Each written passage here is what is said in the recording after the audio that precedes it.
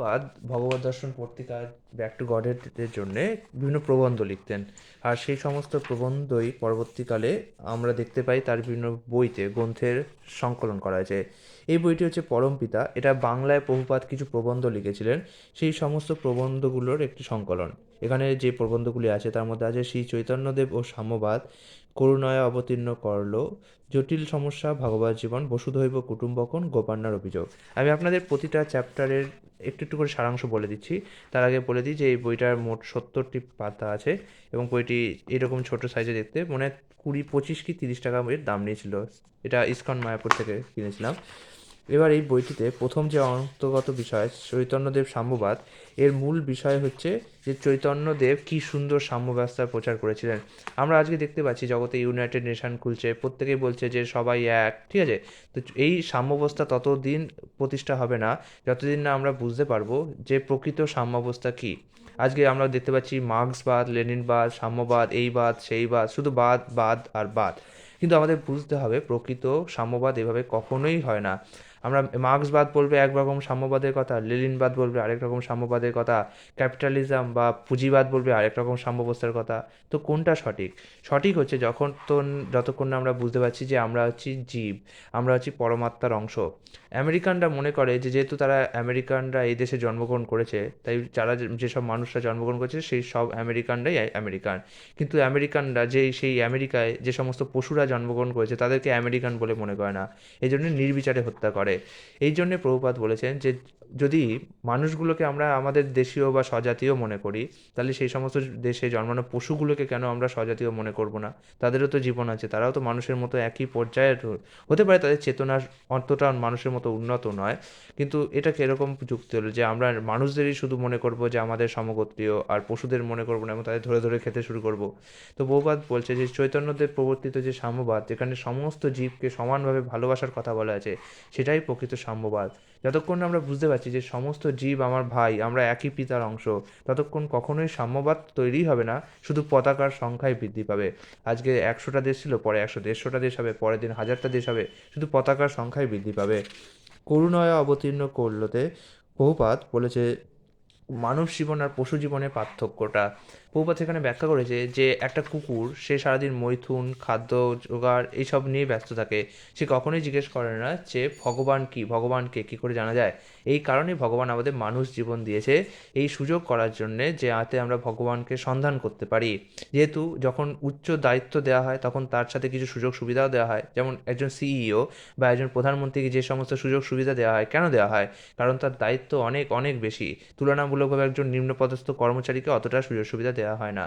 তেমনভাবেও মানুষ হিসাবে যখন আমাদের এত সুযোগ সুবিধা দেওয়া হচ্ছে, আমরা মনে করতে পারি যে আমাদের জীবন তো কত কষ্টের, কিন্তু একবার ভাবুন পশু জীবনের সাথে যদি তুলনা করেন, তার তুলনায় তো অনেক কষ্টের। কি পশুরা যে সমস্ত সুখাদ্য আহার করতে পারে, কল্পনাও করতে পারে না, আমরা সেগুলো কল্পনা করতে পারি।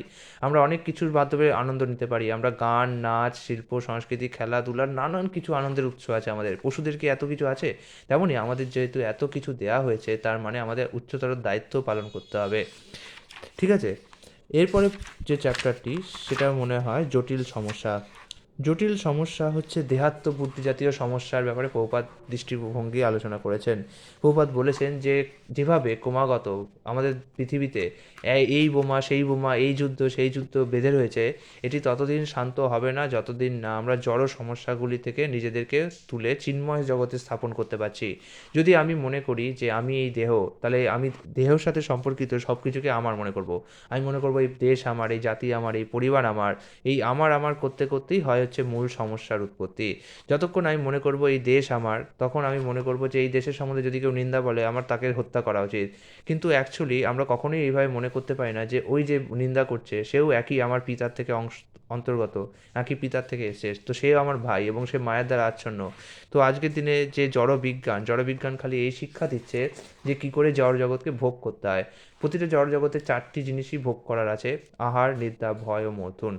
ভালো করে খেয়াল করে দেখবেন, এই যে অস্ত্রশস্ত্রগুলি হচ্ছে, এগুলি হচ্ছে ভয়ের থেকে রক্ষা পাওয়ার জন্যে।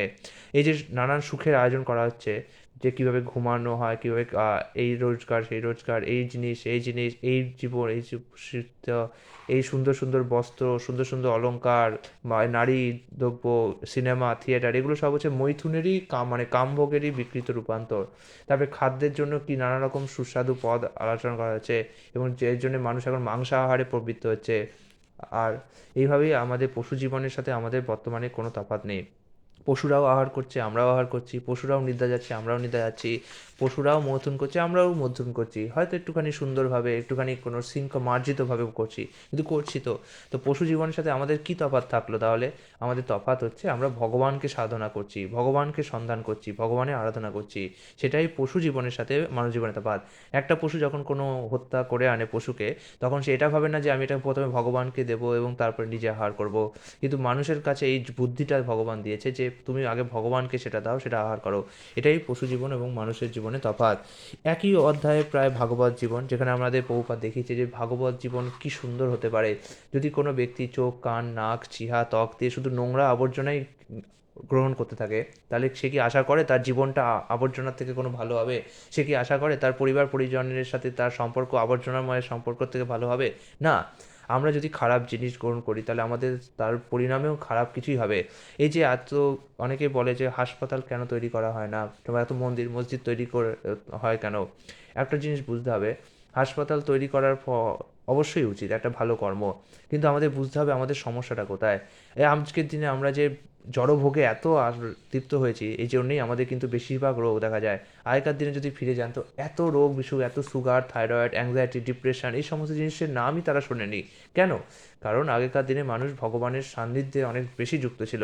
আপনারা খেয়াল করে দেখবেন, সুগার হোক, থাইরয়েড হোক, হার্ট অ্যাটাক হোক, বেশিরভাগই অধিক চর্বি জাতীয়, অধিক মিষ্টি জাতীয়, অধিক তিতকুটে খাবার জাতীয় এই সমস্ত খাবার খেলে হয়। ভগবদ্গীতায় স্পষ্টই শ্রীকৃষ্ণ বলেছেন যে এমন খাবার যা অধিক তিতকুটে, অধিক চর্বি জাতীয়, অধিক তেলযুক্ত এবং অধিক তিক্ত, অধিক পরিমাণে মিষ্টি, মানে কোনো কিছুই যদি অধিক হয় তো সেগুলো খাওয়া যাবে না, সেগুলো রজগুণী খাদ্য। আর আমরা সেই রজগুণী খাদ্য গ্রহণ করেই আজকে আমাদের শরীরটাকে নাশ করে চলেছি, এবং এর জন্যই আমরা ভাবি হাসপাতাল হলে পরে ভালো হতো। কিন্তু যদি আমরা ভগবত সাধনাময় হতাম তাহলে আমরা বুঝতে পারতাম যে না, এই খাবারগুলো খাওয়া যাবে না, এগুলো আমাদের শরীরকে নষ্ট করে। তখন আমরা অটোমেটিক্যালি রোগমুক্ত হয়ে যেতাম। তো বুঝতে পারছেন কেন হাসপাতালের থেকে ভগবত মন্দির বানানো উচিত? কারণ মন্দির বানানোর ফলে আমরা আমাদের মানসিক শান্তি, শারীরিক শান্তি এবং আমাদের পারমার্থিক শান্তি, তিনটে শান্তি পেয়ে যাই। কিন্তু হাসপাতাল বানানোর ফলে আমি ভাবো ও আমার পাশে তো হাসপাতাল আছে, ঠিক আছে, আমার চিন্তা করার বিষয় নেই। তো এইভাবে ভাবলে হবে না। বসুদৈব কুটুম্বকম অধ্যায়ে প্রভুপাদ কী করে বিশ্ব ভ্রাতৃত্ব, মানে পৃথিবীর সমস্ত মানুষকে আমার ভাই এভাবে কল্পনা করা যায়, এই বিষয়ে ব্যাখ্যা করেছেন, যেটা আমি একটু আগে বললাম। আর গোপান্নার অভিযোগে প্রভুপাদ গোপান্না বলে একজন ব্রাহ্মণের কথা বলেছেন, যে কিনা শ্রীকৃষ্ণের মন্দির বানানোর জন্যে, রামের মন্দির বানানোর জন্যে তার যে মালিক আছেন, অর্থাৎ তিনি একজনের চাকরি করতেন, একজন নবাবের চাকরি করতেন, সেই নবাবের যে তহসিলদার রূপে সেই তহসিল থেকে কিছু টাকা নিয়েছিলেন এবং নবাব তাকে এই জন্য বন্দি করেছিলেন। তো অনেক দিন পর নবাব তাকে স্বপ্নে দেখলেন যে রামচন্দ্র এসে বলছে যে গোপান্নাকে ছেড়ে দিন, এবং নবাব তখন গোপান্নাকে বুঝতে পারলেন যে প্রকৃত ভক্ত এবং তাকে ছেড়ে দিলেন। এই কাহিনীটাই এখানে রয়েছে। এই বইটি খুব ভালো, স্বল্প বই, কিন্তু অনেক বিষয়ের ডিটেলে আলোচনা করা হয়েছে এবং আপনার দৃষ্টিভঙ্গি পাল্টে দেবে। ভালো বই পড়ুন, তাহলে ভালো কিছু হবে জীবনে। ভালো বই পড়লে আমাদের চিন্তাও ভালো হয়, আমাদের চিন্তাও শুদ্ধ হয়। খারাপ, নোংরা, জড়জাগতিক বই পড়লে আমাদের চিন্তা কলুষিত হয়, আমরা সেভাবেই ভাবতে থাকি। তো বই একটা খুব গুরুত্বপূর্ণ অংশ আমাদের জীবনে, তো বইটাকে ভালোভাবে নির্বাচন করতে হবে। অনেকেই আমরা বলি বই পড়ো, কিন্তু বই ভালো না হলে সেটা কিন্তু কোনো কাজে আসে না। তো অবশ্যই এই বইটি আপনাদের কেমন লেগেছে নিচে মন্তব্য করবেন। আগামীকাল আবার দেখা হচ্ছে আপনাদের সাথে। হরে কৃষ্ণ।